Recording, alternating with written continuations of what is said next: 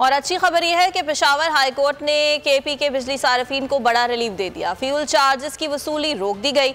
अदालत ने बिजली के बिलों में फ्यूल प्राइस एडजस्टमेंट की वसूली पर हुक्म इम्तना जारी कर दिया। शहरी की जानिब से दायर दरखास्त में मौक़िफ़ इख्तियार किया गया कि खा में सारी बिजली पानी से बनती है। खैबर पख्तूनख्वा में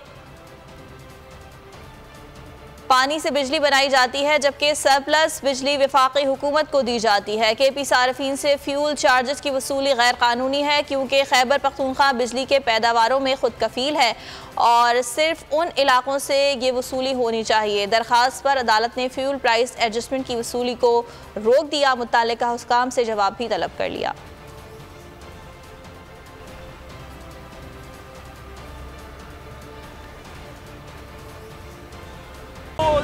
एक बार फिर नंबर 1।